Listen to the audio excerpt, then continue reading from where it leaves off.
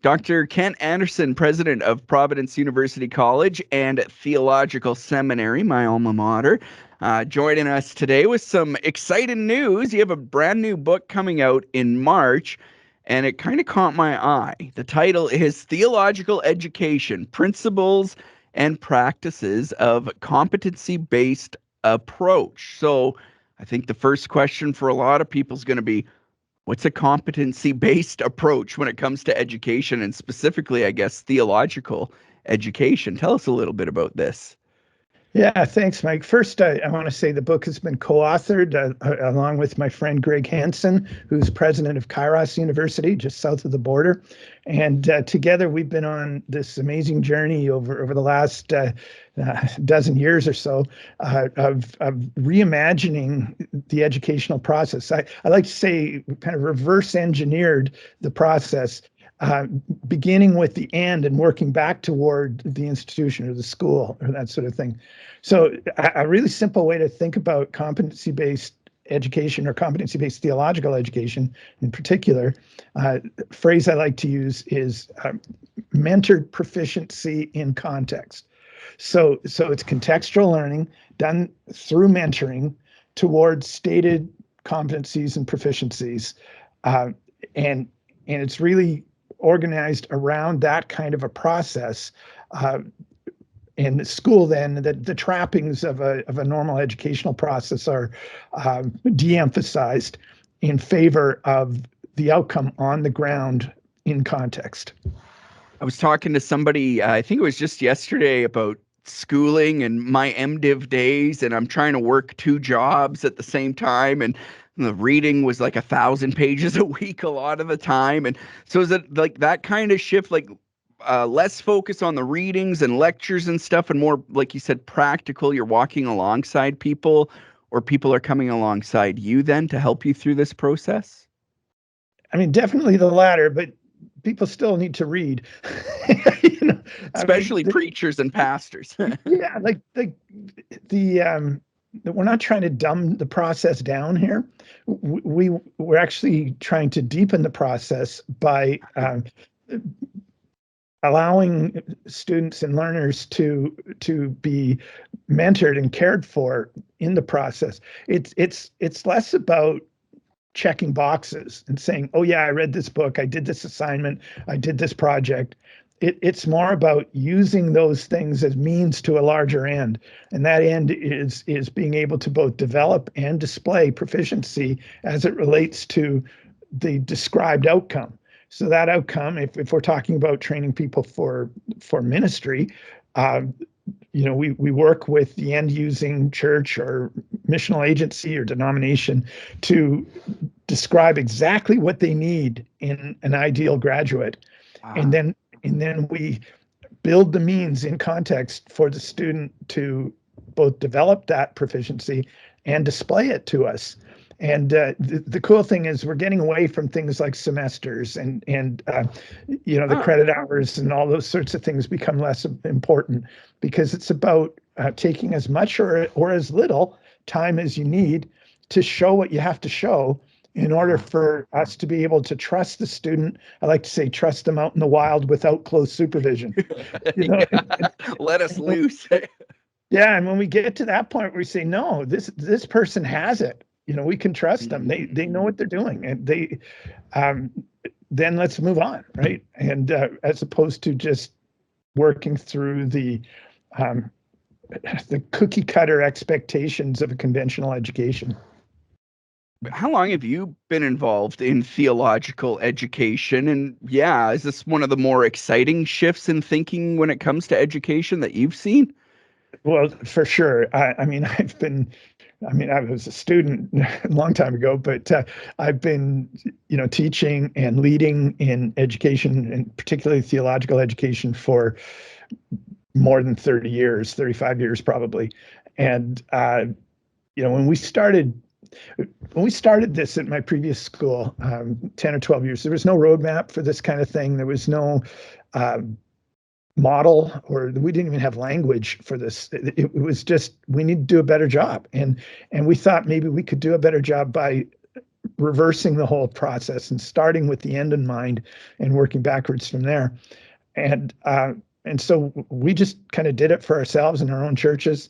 It kind of caught on. We started getting interest from all over the place, all over the world, actually. So we started helping other organizations figure this out.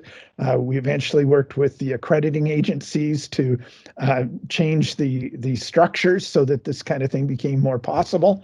And now it's really a movement, and got to the place where a publisher was willing to say, no, yeah, let's put this in print. Let's get this written down so that people have a resource that they can work with. And so this is going to be really helpful as we work with this ourselves at Providence through our Center for On-Demand Education, and also with those others around the world that we are trying to support and work with.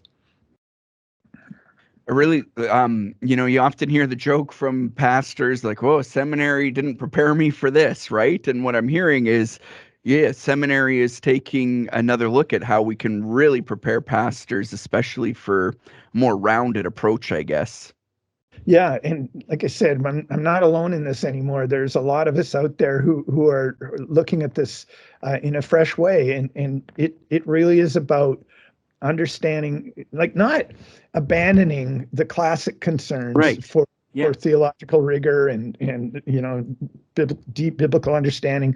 Those are outcomes that matter.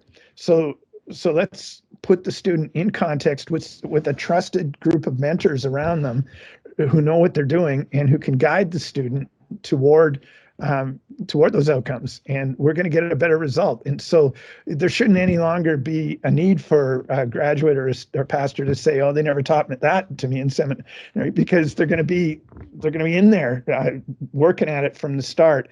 So when they graduate, they're ready and they're trusted, and they've already shown themselves as capable by God's grace.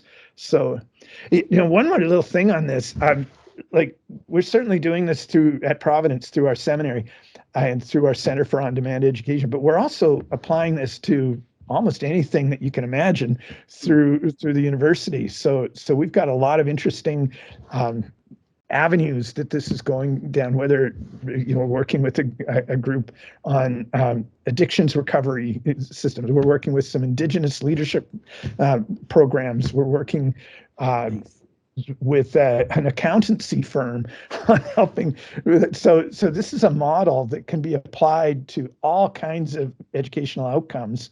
And we're trying to do that from our Christ-centered base and really change the way education works for a lot of people. It won't be everything we do. We're not abandoning our conventional ways as well. This is alongside all of that.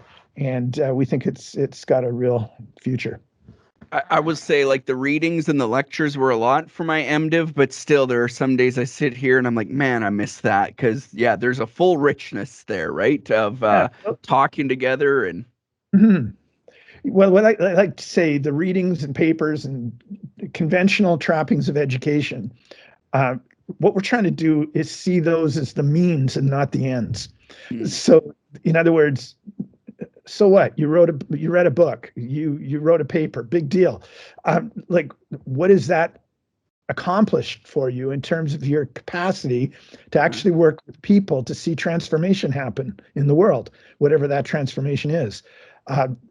So yeah, you may need to read a book or write something, but we're trying to understand that as means to a greater end.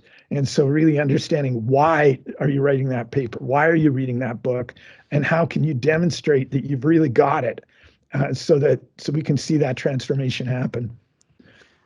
One other thing interesting that, as I was preparing for this interview, I read is the recognition of prior learning.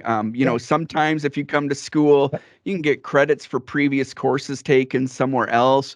But there's some more to that. Can you tell us a little bit about that, how you'll recognize prior learning? Well, exactly. Like because this system isn't based so much on semesters and things like that, it's really built around displaying competency or capacity or proficiency around these various outcomes. So if you come to the table with that capacity, you're going to be able to move through it a lot more quickly. or we're going to be able to put our attention on areas where maybe you're weaker. So, I mean, I could tell lots of stories and examples about how we've seen this over the last few years, but yeah, essentially, if you've already got it, then we're not going to waste your time. Um, on the other hand, we're not going to be impressed just because you can show us a transcript from a course. Mm.